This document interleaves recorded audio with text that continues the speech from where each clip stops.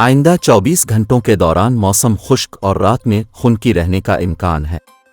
महकमा मौसमियात के मुताबिक शहर का कम से कम दर्जा हरारत 14 डिग्री सेंटीग्रेड रिकॉर्ड किया गया, जबकि ज़्यादा से ज़्यादा दर्जा हरारत 26 से 28 डिग्री सेंटीग्रेड रहने का इम्कान है। महकमा मौसमियात ने बताया कि आइंदा 24 घंटों के दौरान शहर का कम से कम दर्जा हरारत 12 से 14 डिग्री सेंटीग्रेड रह सकता है।